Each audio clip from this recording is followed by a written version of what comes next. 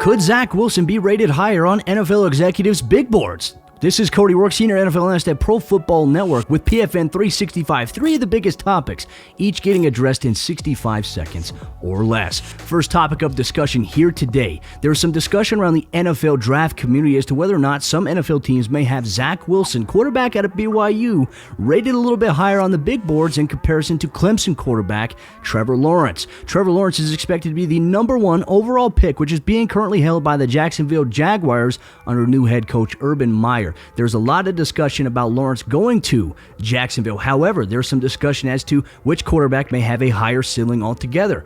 When you look at the comparison in terms of competition difference between Zach Wilson and Trevor Lawrence out of Clemson, it's easy to see BYU didn't play the tougher schedule that Clemson played altogether, especially in Trevor Lawrence's collegiate career altogether, where he led them to a national championship and various national championship appearances as well.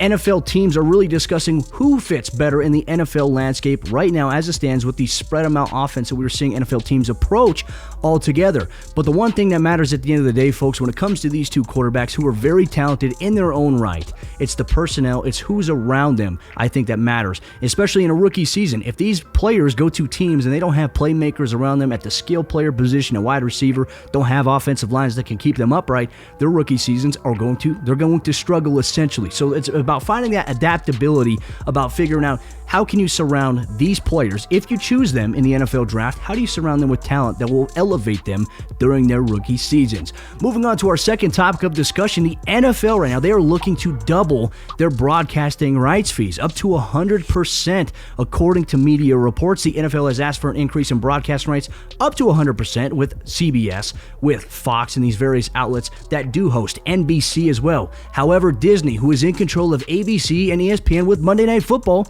they are not agreeing to this deal. They are the one entity that is not deciding to say yes so far.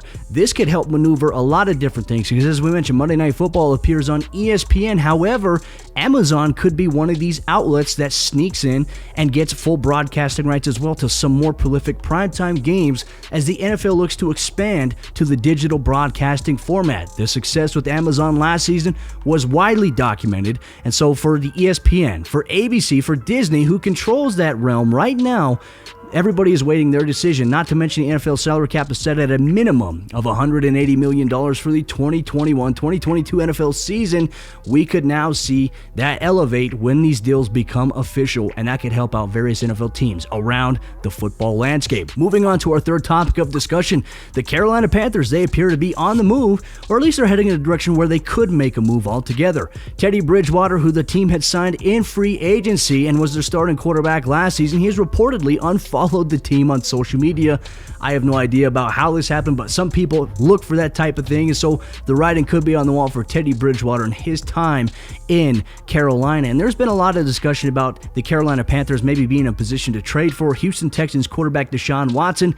They're going to make an inquiry if, in fact, the Houston Texans do make him available. Now, they could eventually make him available for trade, and Carolina will be one of the teams, one of the many teams that will pursue him if, in fact, he does become available. However, the Panthers, they released 4 players last week to help clear up some cap space. Veteran Kawan Short, Stephen Weatherly, Trey Boston at safety, and punter Michael Pilardi to free up around $19.9 million of cap space altogether. Carolina could be making a push to trade for a quarterback, or they could be making a push to trade up in the NFL draft for a quarterback as well.